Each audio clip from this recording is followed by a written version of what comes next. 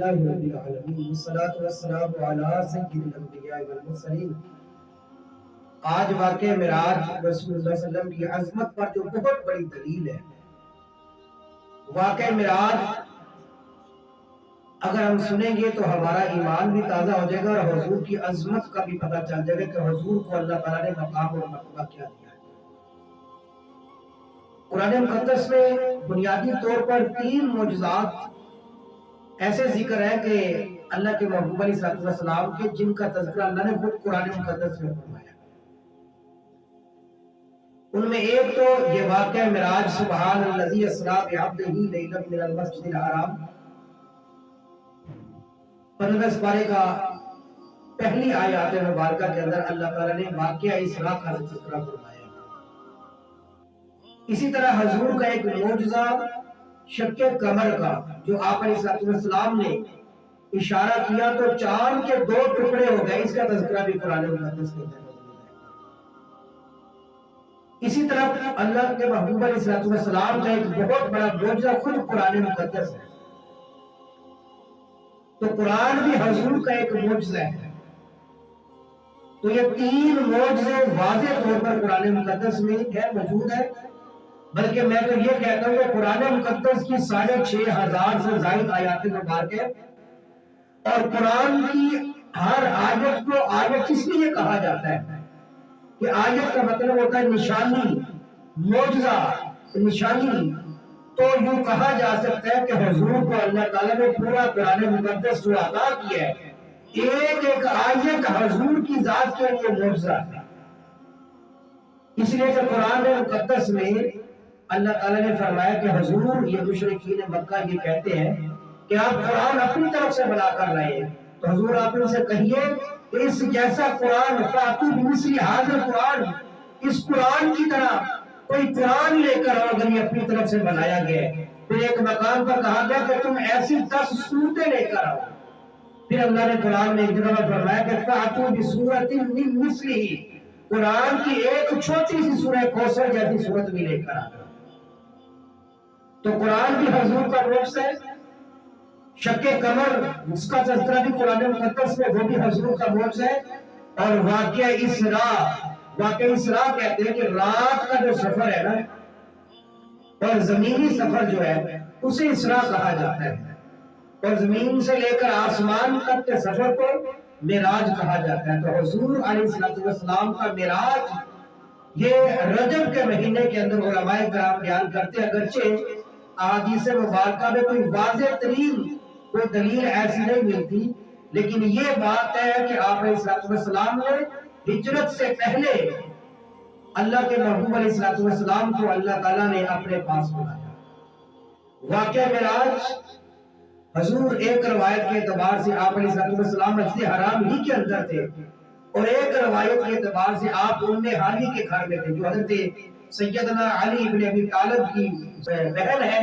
حضور ان کے گھر میں تشریف فرما تھے کہ سیدنا جبرائیل امین تشریف لے آتے ہیں، اور سیدنا جبرائیل امین آتے ہیں اور پھر حضور کو مقام حتیم پر لے کر چلے جاتے ہیں۔ مقام حتیم وہ بھی جو بیت اللہ کے ساتھ بالکل خالی جگہ ہے، اس جگہ کو حتیم کہا جاتا ہے کہ قریش مکہ کے پاس جب انہوں نے کعبہ کی تعمیر دوبارہ کی تھی تو یہ کہا تھا کہ اس کے اندر رزق حلال مال لگانا ہے، کوئی ایسی چیز نہیں لگانی جس میں شبہ بھی ہو حرام کا۔ تو پھر کعبہ کی تعمیر مکمل نہ ہو سکی، بلکہ یہ جگہ بچ گئی۔ لیکن میں سمجھتا ہوں کہ یہ اللہ تعالیٰ کی کرم نوازی ہے کہ اللہ تبارک و تعالیٰ نے حضور کی امت مسلمہ کے لیے یہ شان عظمت عطا فرما دیا کہ اگر کوئی بندہ آج بھی حتیم کے اندر 2 رکعت نفل پڑھنے کا، وہ کہہ سکتا ہے دنیا والوں کو کہ میں نے کعبہ کے اندر نماز پڑھی، اس لیے کہ یہ حتیم بھی کعبہ ہی کا حصہ ہے۔ حضور حتیم کے مقام پر جبرائیل امین آپ کو لے جاتے ہیں، اور لے جا کر پھر آپ کا سینہ مبارک چاک کیا جاتا ہے، اور سینہ مبارک جب چاک کیا جاتا ہے تو مسلم شریف کے اندر روایت موجود ہے کہ سرکار دو عالم صلی اللہ علیہ وسلم نے ارشاد فرمایا کہ میں نے دیکھا کہ فرشتوں نے میرا دل باہر نکالا ہوا ہے اور آب زمزم کے ساتھ دھو رہے ہیں۔ حضور فرماتے ہیں کہ جب فرشتے میرا دل نکال کر دھو رہے تھے آب زمزم کے ساتھ، میں اپنے دل کو دیکھ رہا تھا۔ یہ حضور کا معجزہ ہے کہ آپ کا دل آپ کے جسم سے باہر ہے، آپ زمزم کے ساتھ دھویا جا رہا ہے، فرشتے دھو رہے ہیں، اور حضور فرما رہے ہیں کہ میں اپنی آنکھوں سے دیکھ رہا تھا کہ میرے دل کو دھویا جا رہا ہے۔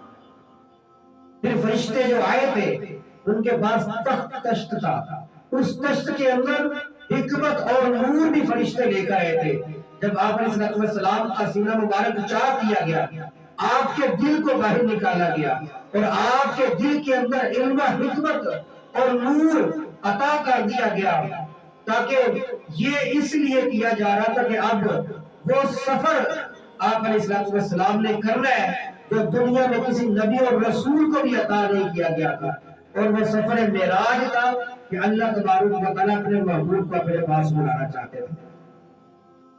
اس لیے آپ کا دل بھی نکالا گیا، دل میں علم، حکمت اور نور کو بھر دیا گیا تاکہ اتنی طاقت آ جائے اس کے اندر، تاکہ آسمانوں کا سفر بھی آپ علیہ السلام فرما دیں۔ حضور علیہ السلام فرماتے ہیں کہ جیسے ہی مجھے جبرائیل امین نے مقام حتیم سے باہر لے کر آئے تو ایک سواری کھڑی ہوئی تھی جو گدھے سے بڑی تھی اور کچے سے چھوٹی تھی، جس کو روایات میں آتا ہے کہ براق کے نام سے یاد کیا جاتا ہے۔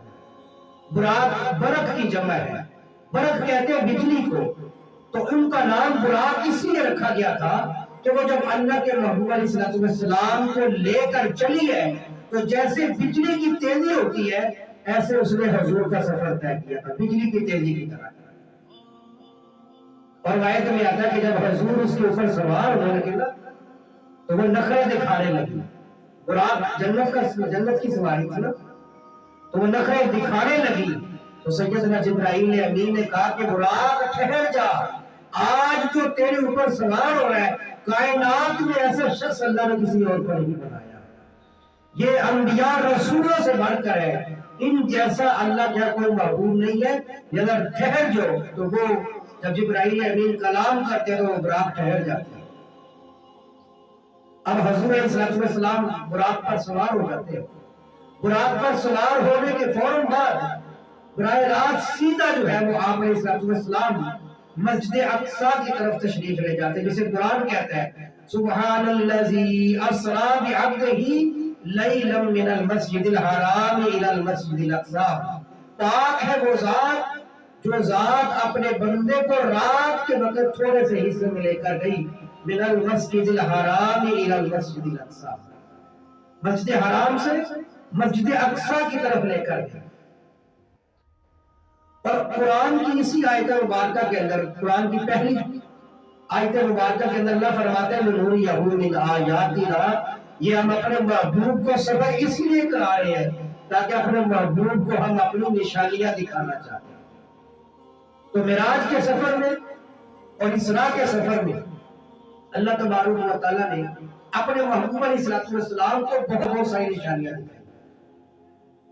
اب آپ اندازہ لگائیں کہ حضور جس براق کے اوپر سوار ہے وہ بجلی سے زیادہ تیز چلنے والی ہے، لیکن جب بندہ تیز چلتا ہے نا تو پھر بندہ کہتا ہے کہ یار مجھے پتہ نہیں چلا، میں بڑی تیزی میں جا رہا تھا، لیکن حضور کی نظر پہ بھی قربان جائے، حضور براق پر سوار ہے اور براق پر سوار ہوتے جاتے راستے میں اللہ کے محبوب علیہ السلام فرماتے ہیں کہ میں نے موسیٰ علیہ السلام کو دیکھا کہ وہ قبر میں کھڑے ہو کر نماز ادا کر رہا ہے۔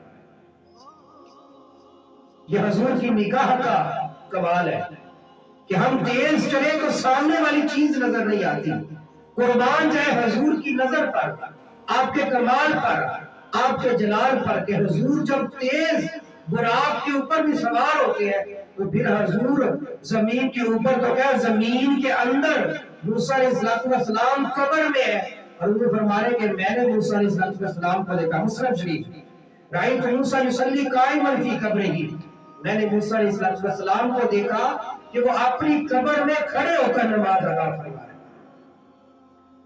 یہ حضور کی نظر کا کمال دیکھیں۔ لہذا حضور جب مسجد حرام سے مسجد اقصی کی طرف تشریف لے جا رہے تھے تو راستے میں جبرائیل امین نے ایک جگہ پر سواری کو روکا، عرض کیا کہ حضور اترے اور یہاں پر اتر کر 2 رکعت نفل ادا کریں۔ آپ نے فرمایا کہ یہ کیا ہے؟ عرض کی کہ حضور یہ مقام ہجرت ہے، یہاں پر آپ نے ہجرت کر کے آنا، یعنی مدینہ طیبہ میں روکا گیا کہ حضور آپ یہاں پر 2 رکعت نفل پڑھے، یہاں آپ نے ہجرت کر کے آنا۔ تو آپ علیہ السلام نے وہاں پر 2 رکعت نفل نماز ادا کی۔ اس کے بعد 1-2 جگہ پر اور بھی حضرت جبرائیل امین نے آپ کو رکوایا، وہاں پر بھی 2 رکعت پڑھائی گئی۔ پھر جب بالکل بیت المقدس کے قریب پہنچے نا، تو وہاں سے حضور کو خوشبوئیں آنا شروع ہوئی۔ آپ علیہ السلام کو خوشبوئیں آئی۔ حضور نے فرمایا کہ جبرائیل، بیت المقدس کے قریب بہت زیادہ خوشبوئیں آ رہی ہیں، کیا وجہ ہے؟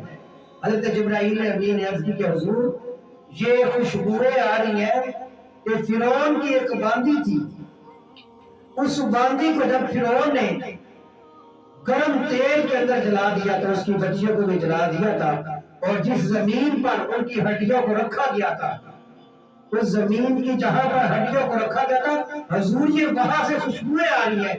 اللہ تبارک و تعالیٰ نے ان کو یہ عزتوں سے مالا مال فرمایا۔ اس کے بعد حضور مسجد اقصی میں پہنچ جاتے ہیں۔ تو مسجد اقصی میں پہنچنے کے بعد آپ علیہ السلام دیکھتے ہیں کہ وہاں پر اور بھی بہت ساری سواریاں ہیں۔ تو حضور علیہ السلام فرماتے ہیں کہ جبرائیل یہ کیا ہے؟ حضرت جبرائیل امین عرض کرتے ہیں کہ یا رسول اللہ صلی اللہ علیہ وسلم، اندر آپ مسجد اقصی میں تشریف لے کر جائیں، کل انبیاء اکرام، کل رسول اعظام، جتنے انبیاء اکرام ہیں اور جتنے رسول اعظام ہیں، سارے کے سارے حضور آپ کا انتظار کر رہے ہیں۔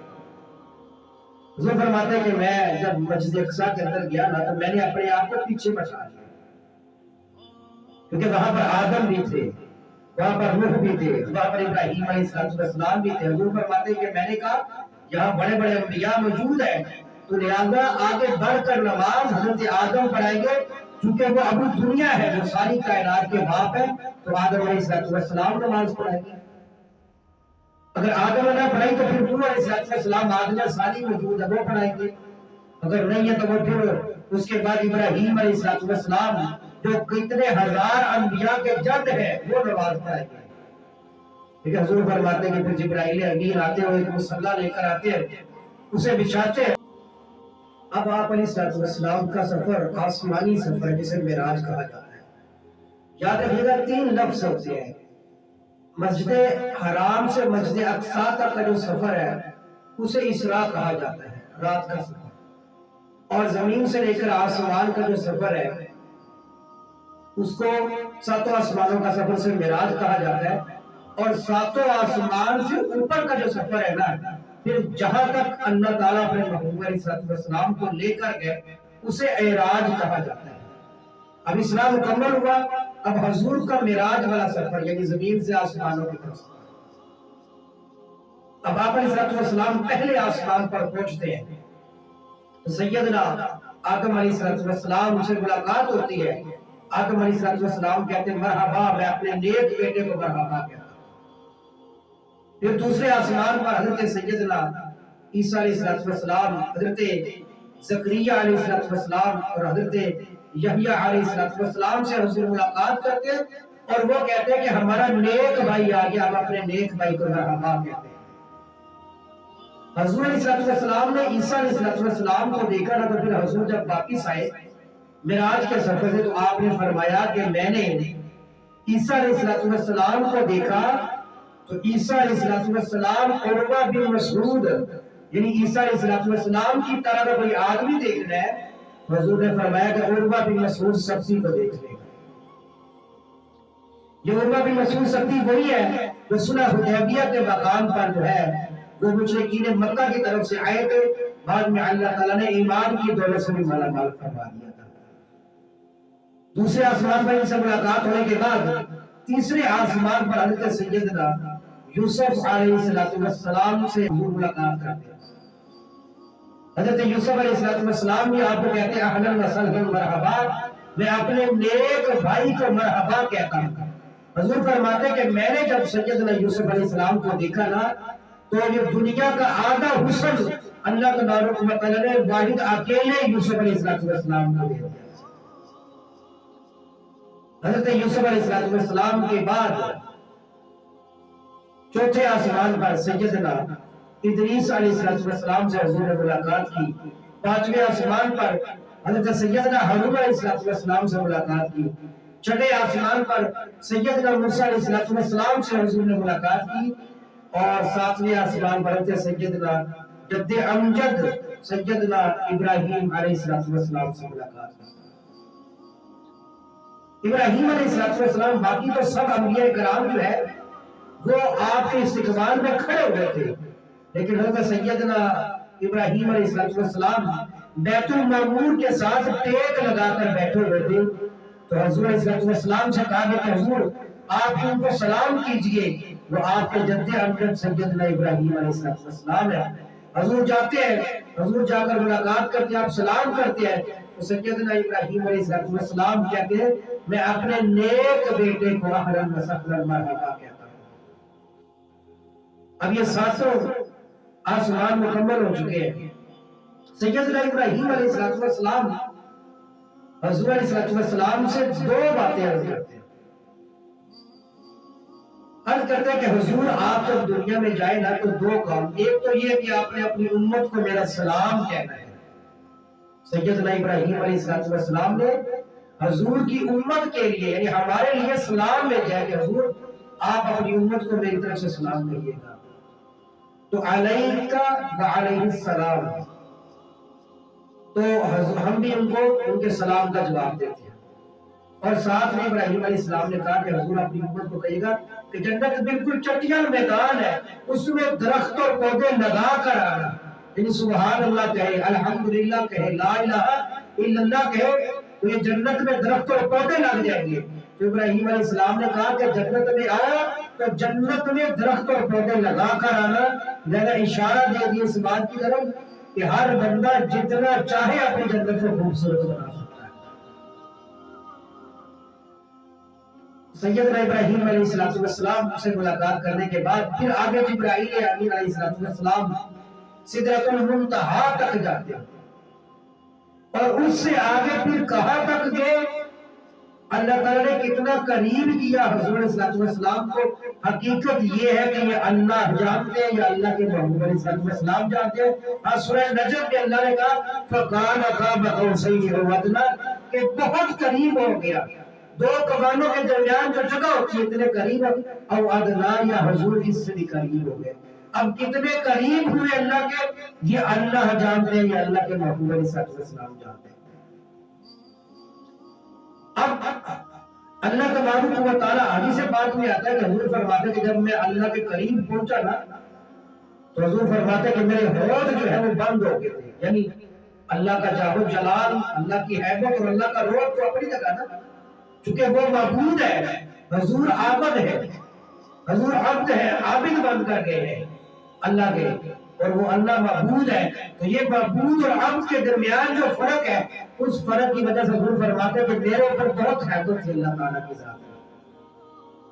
تو اللہ تعالیٰ نے اس حیبت کو کم کرنے کے لیے، تاکہ حضور کو تھوڑا سا اطمینان اور تسلی دینے کے لیے، آپ کو حوصلہ دینے کے لیے حضور اللہ تعالیٰ نے فرمایا کہ حضور بتائیں آپ میرے لیے کیا لے کر آئے۔ اللہ تعالیٰ سمجھ ہے، بے نیاز ہے، اللہ کو کسی چیز کی ضرورت نہیں ہے، تو اللہ تعالیٰ نے حضور کو فرمایا کہ حضور بتائیں آپ میرے لیے کیا لے کر آئے۔ حضرت سیدنا حضور صلی اللہ علیہ وسلم نے عرض کی یا باری تعالیٰ قربان جائے حضور کے اوپر، کیا خوبصورت جواب دیا، کیا خوبصورت جواب دیا، التحیات للہ والصلوات والطیبات۔ عرض کی یا باری تعالیٰ میں اپنی دنیا جہان کی جتنی عبادتیں ہیں، قولی یا فعلی یا مالی، یا اللہ ساری عبادتیں میں خالصتاً تیری ذات کے لیے لے کر آیا۔ یعنی حضور نے کمال کا جواب دیا۔ عرض کی یا باری تعالیٰ جو کچھ بھی میں نے عبادت کی ہے ساری زندگی، مالی کی ہے، فعلی کی ہے، قولی کی ہے، للہ یا اللہ خالصتاً تیری رضا کے لیے۔ تو اللہ تبارک و تعالیٰ نے پھر حضور علیہ السلام کو دو بڑے تحفے عطا فرمائے، ایک تو نماز کا تحفہ اور ایک سورہ بقرہ کی آخری آیات، یہ اللہ تبارک و تعالیٰ نے دو چیزیں اپنے محبوب علیہ السلام کو عطا فرمائے۔ پھر آگے واقعہ آپ نے سنا ہے کہ اللہ تعالیٰ نے